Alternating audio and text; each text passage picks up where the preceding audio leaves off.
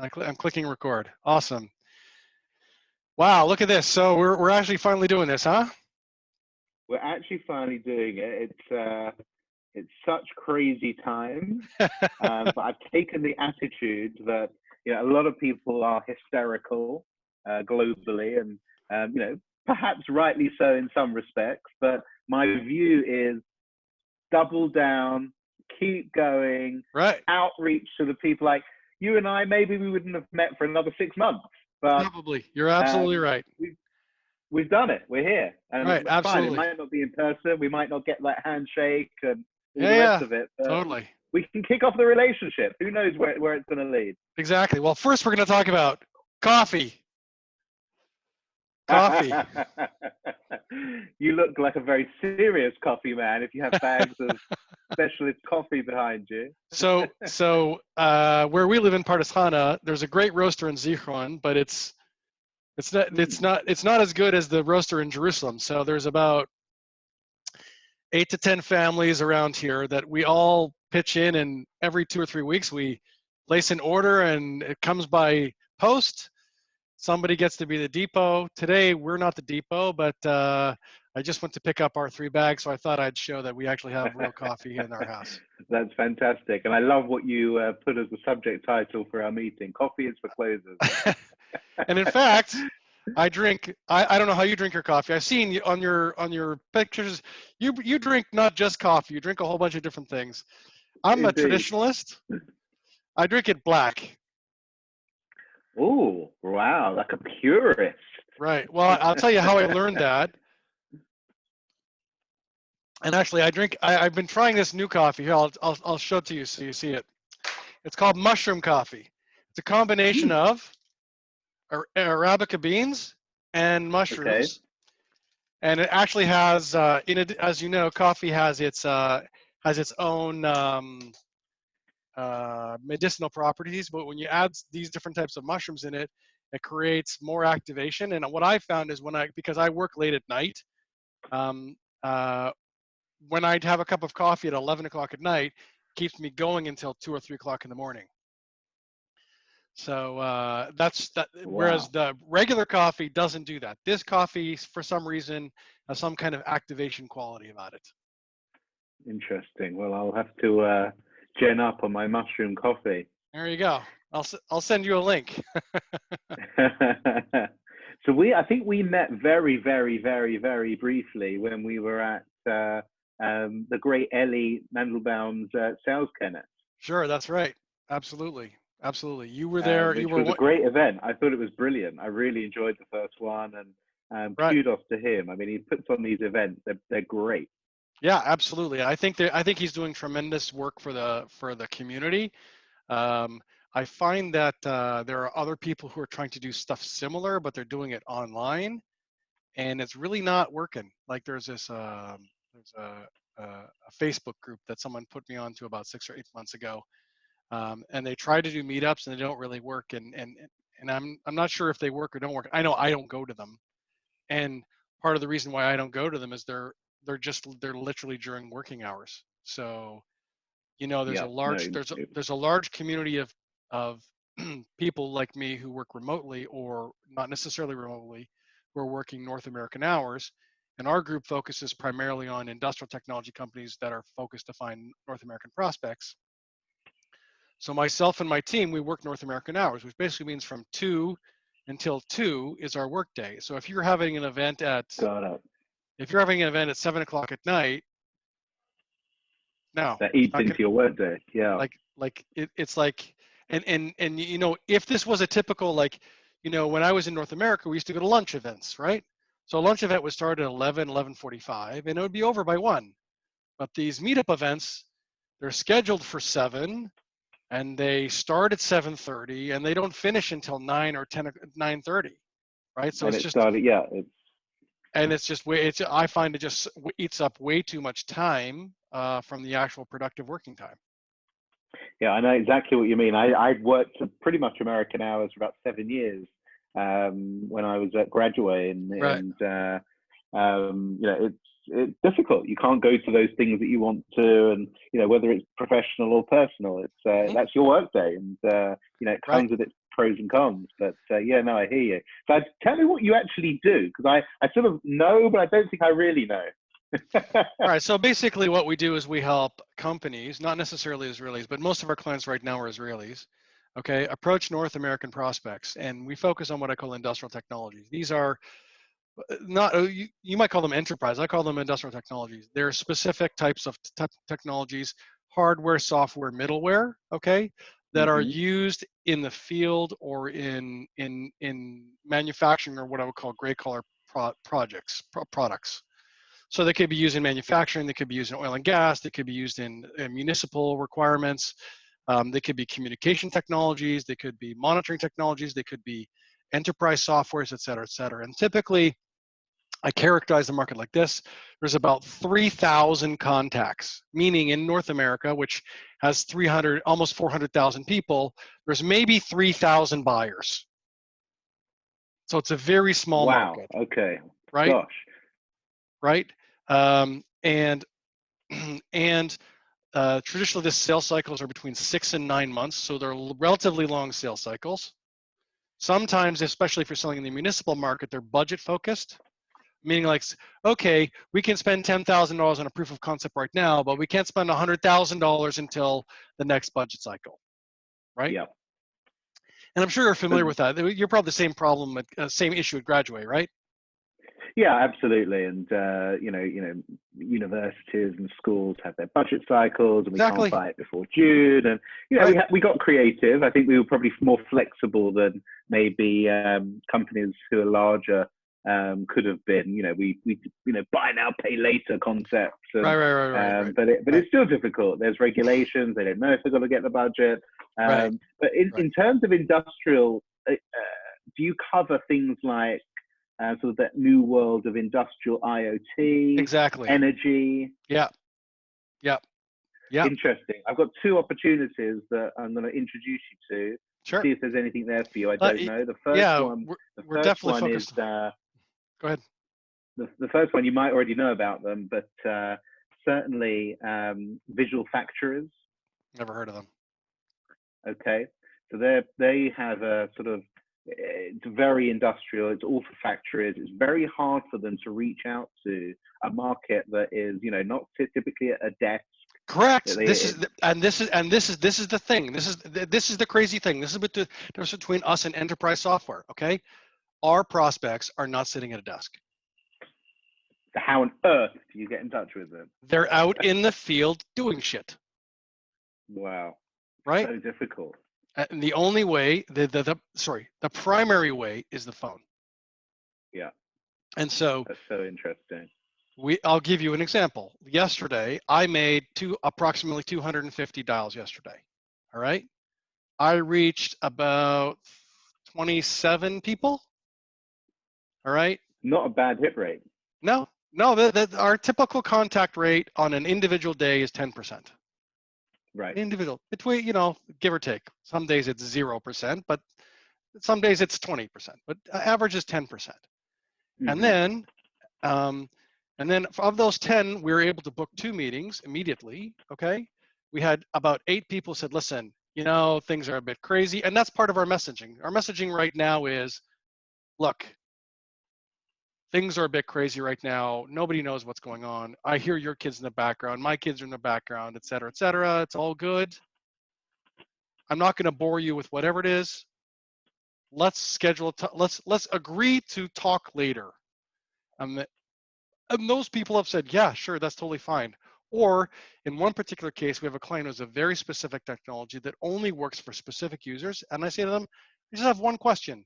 Do you use this technology? And if they say no, I say, thank you very much, and I am done, right? Because sales today is about disqualification as much as it is about qualification.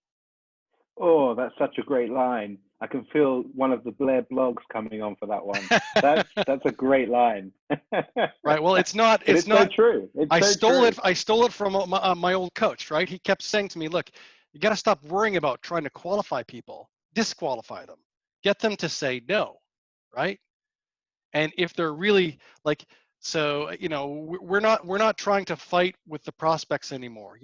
Back in the day, so I haven't written anything about this, but I'm now thinking about the methodology of sales and sales processes and tools and technologies, and I'm really stunned at the way. So my parents, I don't know what your parents did for a living. My parents were salespeople. Same for me. Exactly the same. I didn't realize it until 5 years ago.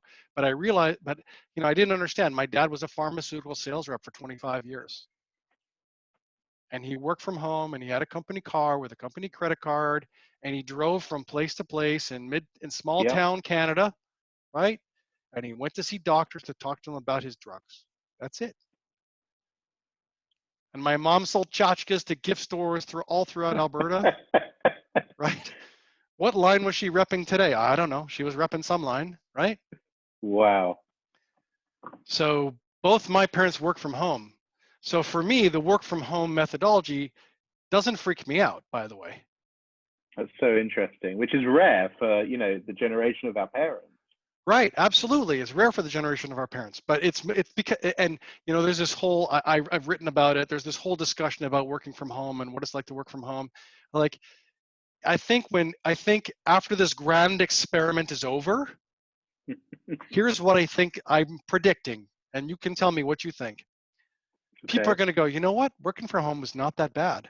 We can actually continue to be productive when 1/3 of our team works from home. And you know what that does for companies?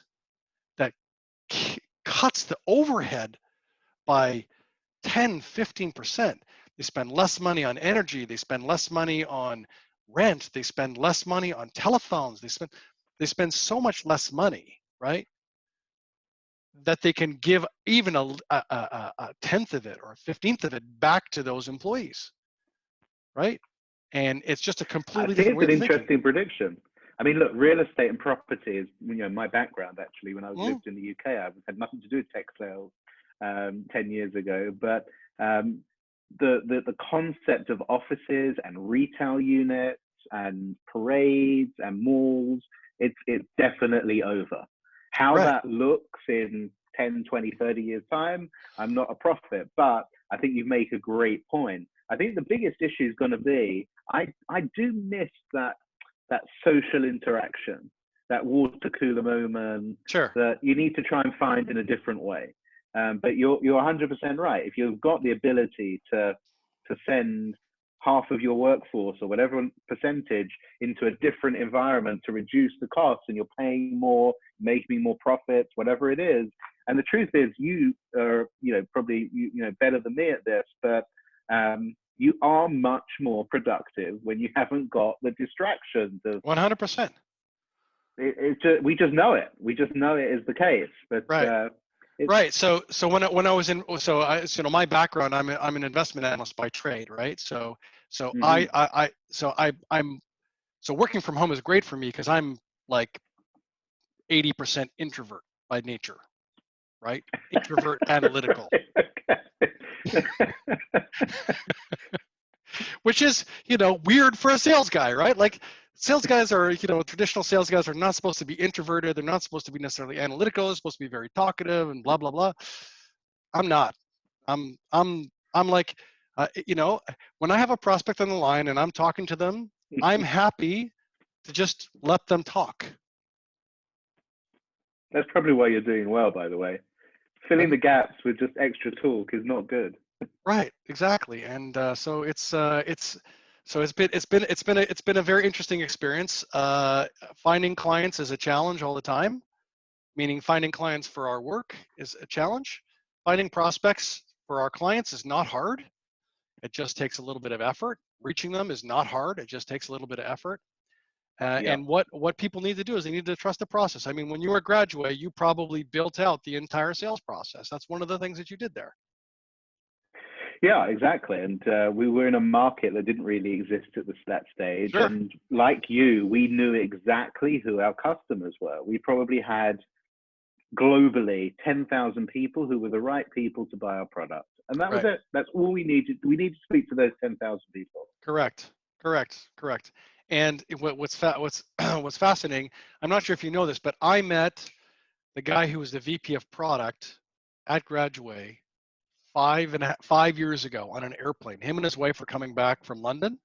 I forget his name now. Matt, is that right? It's probably Uri or Michael. Michael. Yep. So I met him, and he was telling me what you guys are doing. I was like, wow, this is very interesting, because I'm sure that my university has nothing like that, right? And then they tried to build it with Facebook groups, and they tried to, and I'm mentoring some companies right now through the High Road Innovation Center, which is focused on urban technology. And one of them is a very interesting group where they're basically trying to do that, but for neighborhoods and for communities. And I'm helping them understand what their messaging needs to look like, how they need to go there, and their key functionality, or one of their key selling propositions is you own the data. Because right now, the only two choices in that particular sort of market niche are Facebook groups and a company called Nextdoor, right? Yeah. And they own the data, right? And they can do with the data whatever they want to do with it. So I'm helping them figure out what their messaging needs to look like, how to go targeting, how to go after those people. It's lots of fun for me, right? Because I don't have to do the work. I just get to tell them what needs to be done. Get to tell them what to do. Absolutely. I don't know. You tell me. You've done some of that work here recently, haven't you? In terms of? Like working with some startups to try and help them understand where to go and how to do things. Yeah, no, absolutely. I mean, it's where I'm at the moment is after I left Graduate, when we sold the company, I sort of took a couple of months off. And during that time, companies started coming out of the woodwork and saying, oh, look, could you help us with go-to-market, sales strategies? How do we do this? We built products, but we don't know how to sell it. Sure. And yeah, I mean, look, there's those two avenues. There's the, I'll show you how to do it, which is nice and it's good. But I think maybe deep in my heart, I love the I'll show you and I'm going to do it with you. Right. You want to roll up your sleeves. Really under the hood with them. Right. Yeah, right. and you can really get connected to it. And I think, getting connected to the product is and the people. There's something about that. There's that winning mentality of we're in this together. We're pushing it forward. We're in the trenches. I definitely miss some of that aspect of what we had at Graduate, which was a lot of fun and a lot of up and down and great stories brilliantly. But there were times where we're like, how do we pay the salaries? Or the product's not working. What do we do? And all of those things. But it became a very strong, stable company. Excellent CEO. Leadership is so important. I mean, it's like for sure without saying. Well, remind me the name of the guy who's leading that now. What's the name again? I've met him a few times. I forget. So it's the original founder, Daniel Cohn. Right. Okay. Right. Daniel. Right. So it's interesting is that working with a number of different founders, I've found that first-time founders are sometimes the hardest to work with because they hit a certain they're sponges for a while, and then they think they know everything, and then there's something, and then they go, oh, I don't know everything, and then they learn for a little while, and then they think they know everything, and then it's like it's a fascinating mental construct, Totally. I totally resonate with what you just said. Right. So there's a famous saying from a sales guy named Mike Weinberg. You might have read some of his books. His saying, and it came from his father, says, "As goes the leader, so goes the sales organization." So if you have bad sales leadership, all of these great quotes. They're not mine. I just read a lot. Them. I got a lot of books back there. I read them all. Speaking of which, by the way, I told you it was St. Paddy's Day today, right? Absolutely. Cheers. Oh, I love it. It's coffee and Guinness. In a shaved cup. This is the new brewery in town. I heard about that. I think it was maybe it was Yoel who posted something about that. Possibly. It's awesome. I know the founder there. I only know him through another guy, a friend of mine who lives here, who made Aliyah around the same time that we moved here. His name is Todd Ahrens. He runs a hamburger joint now in Tel Aviv called Bodega, which I've eaten at least a dozen times. Okay. And it's more fun to eat at his house than it is to eat at Bodega, but Bodega is still pretty good. And so he introduced me to Neil, who's the founder over at Shave It. So I don't know, maybe we'll do something together. I think I'm just going to go there and drink beer. That's probably the big That thing. sounds much better. So I was saying to you, Visual Factories. I definitely need to introduce you to them, because they're in that world of factory IoT. Sure. And they found it very, very difficult to get hold of the right people to speak to. Yeah, it is. Yeah, absolutely. And that's, and I think part of the struggle is, and this is what I was talking to you earlier about, the whole sales concept, right? Back in the day, when my mom and dad were working in sales, it was all about features and benefits selling and being present. That's really what it was, right? And I would say somehow that morphed into relationship management. And I remember, as an asset manager and a wealth manager in the mid 90s, I remember the whole concept of relationship selling was a much bigger deal.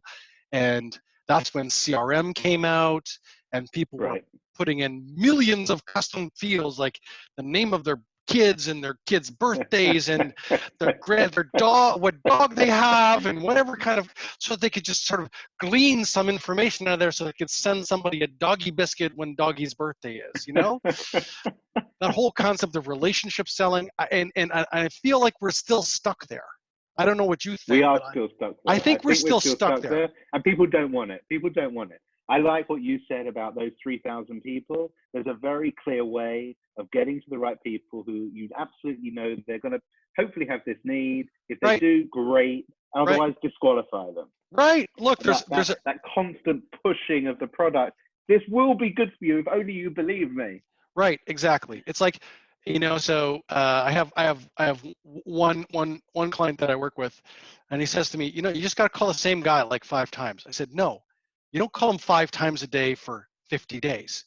You call him maybe at the beginning 2 or 3 times a day, and then you call him once every other day, and once every 3rd day, and once every 5th day, and you send him emails, and you send him video messages. I'm now going heavy on video, but I'm going heavy on video on LinkedIn because I'm having no results with email video by Vidyard. Right? Like, interesting. So are you doing a direct message video? Yes. Interesting. I've seen a few people do it. I've tried it a couple of times.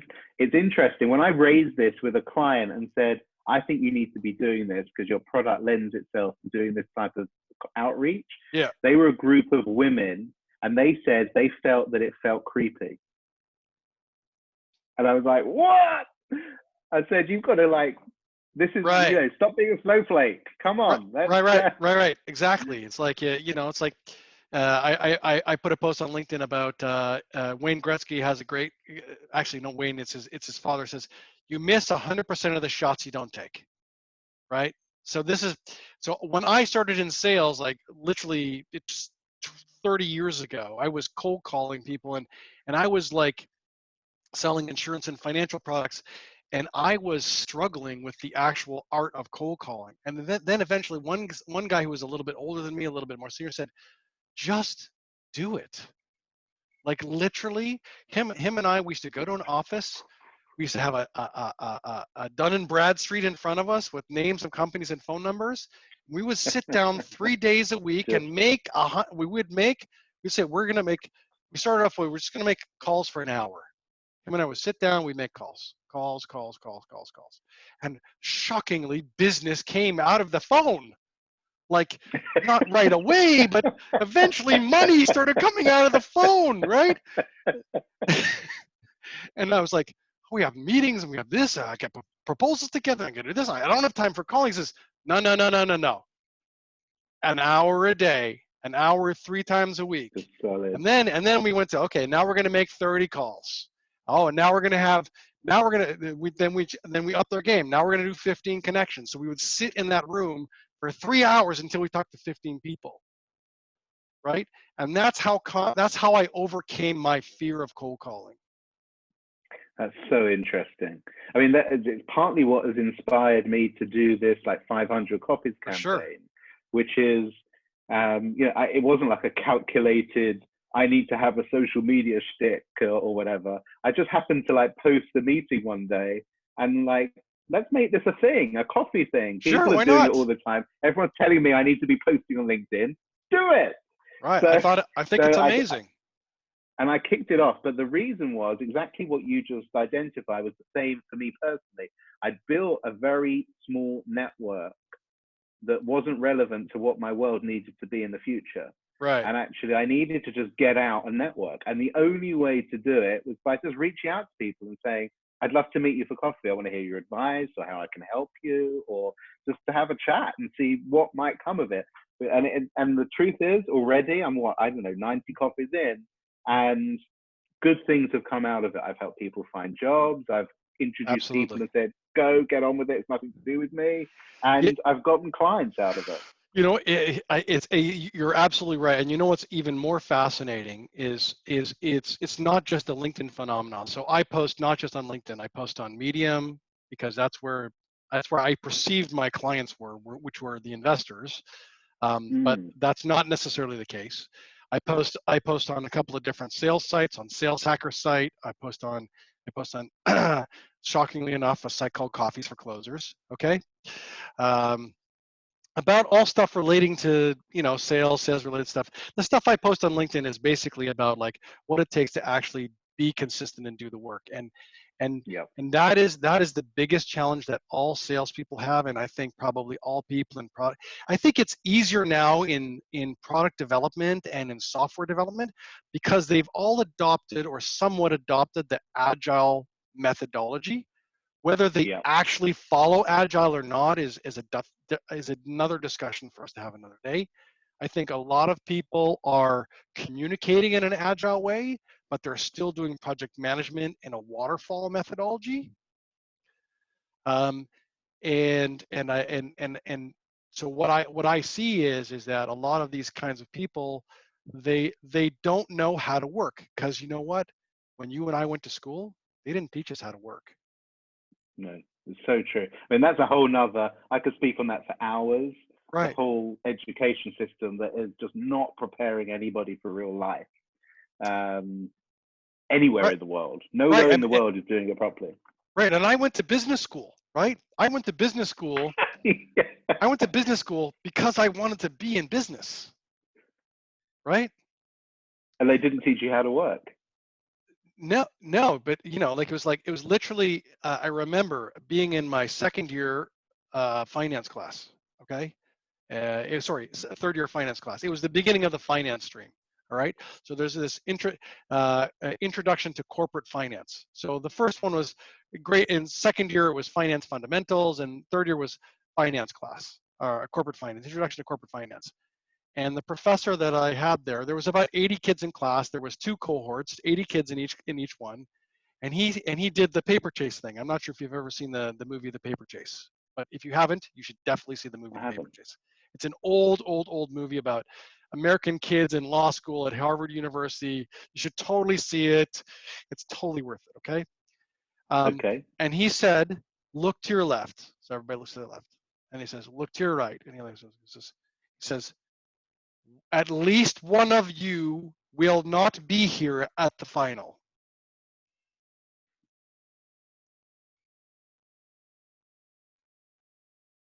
He was right. Wow. He was right.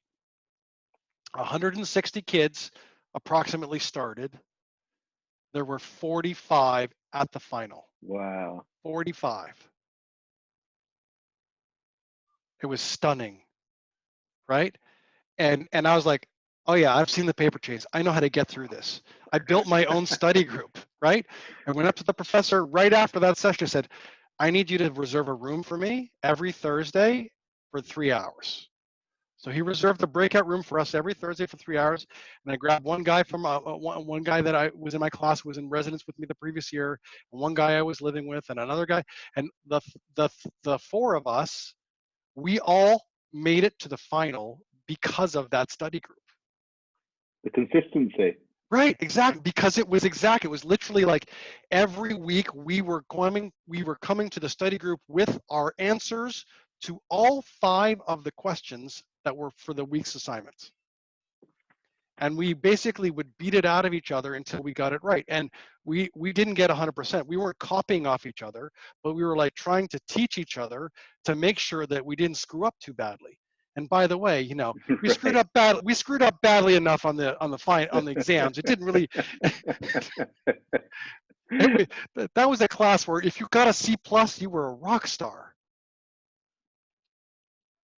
Wow. Anyways, so but it's so that's the stuff that I like to write about on LinkedIn, because I think it's important to write about that stuff and how to create work-life integration. Because being self-employed, right? You work from home. You don't have maybe you have an office, maybe you don't have an office. You work from home. Work from home. One of the benefits of being able to work from home is you can stop your work for 15 minutes and go read your kid a story to go to bed. And that you can't put a price on. Exactly. Right. So people are all freaking out because their kids are home and everybody's working from home right now.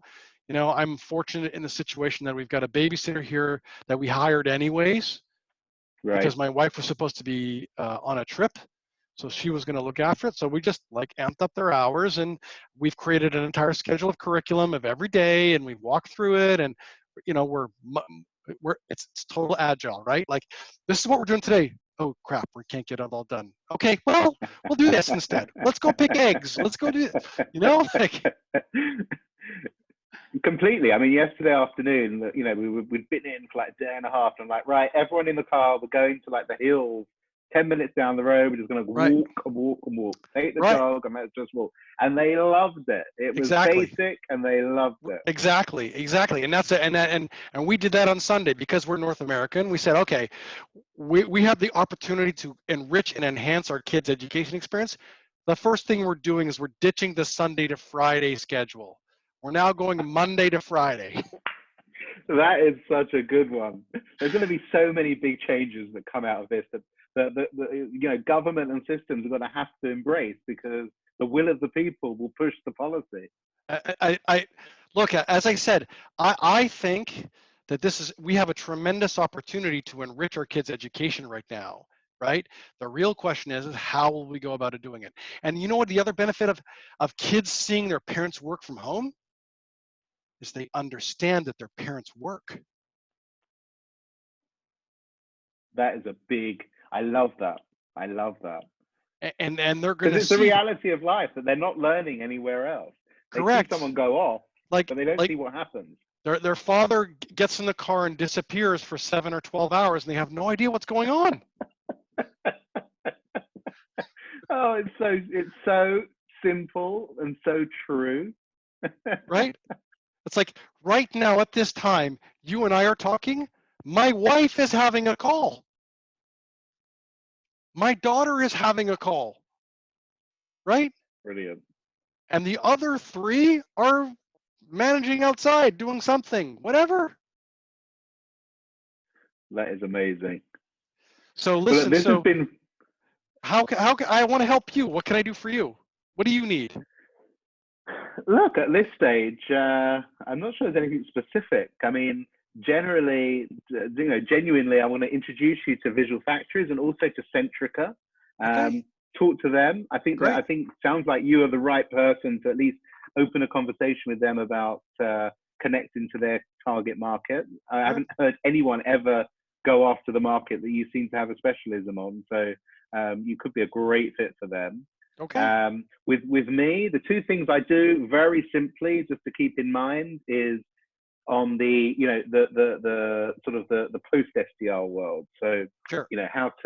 How to take those leads and turn them into actual deals. Yeah. Managing pipeline, growing the team, working those deals to whether it's negotiation, tactics, systems, all of those things. That's one half. And the other half, which is quite timely in terms of Corona, is working with, I'm a reseller of all of the collab tools. So Workplace, Slack, Yammer, Monday. So I know all of those products really, really well. And I've done a lot of good collaboration stuff with some great companies on that. So trying to be busy on that at the moment without being sort of like salesy pushy and take advantage of it. But that whole world of internal comms, I know that really well as well. That's amazing. You know what? Because when I was at IECA, a year and a half ago.